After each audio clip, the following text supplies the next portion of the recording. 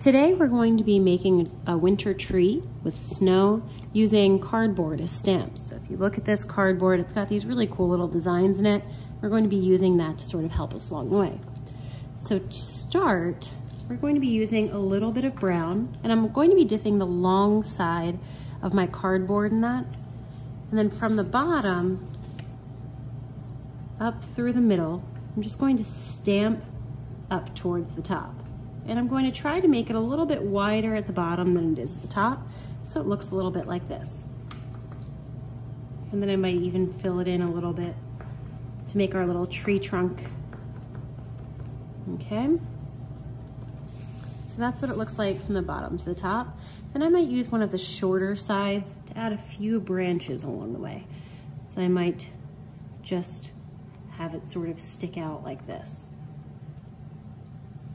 Okay, and once I have that, I can take a different cardboard piece and begin adding some leaves or pine needles, I suppose, to our little tree here.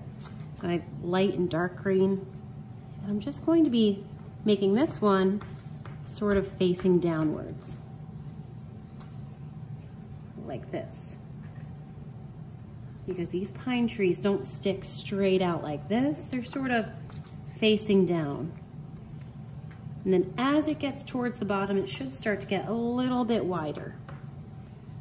And I could even have it going across like that. Now, the more times I stamp it, the more full the tree is going to look, like it has more leaves.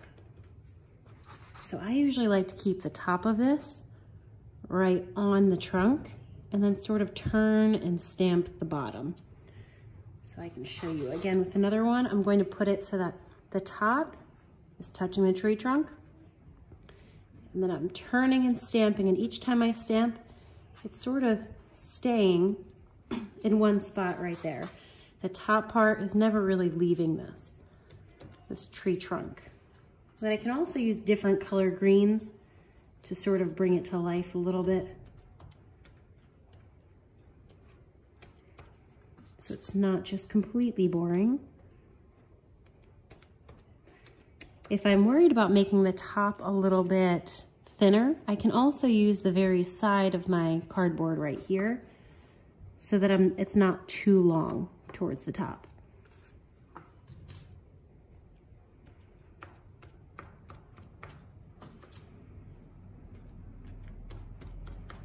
All right. And then once I have a really cool looking tree like this, I can go ahead and add some snow. Now for the snow, I'm going to be using these little noodles. So they have a sort of rounded end. I'm just going to dip that inside the paint, and then I can create these little round sort of snow that sort of falls from the sky here. And it's okay if they're not perfect. And I'm gonna go ahead and fill up my picture with that.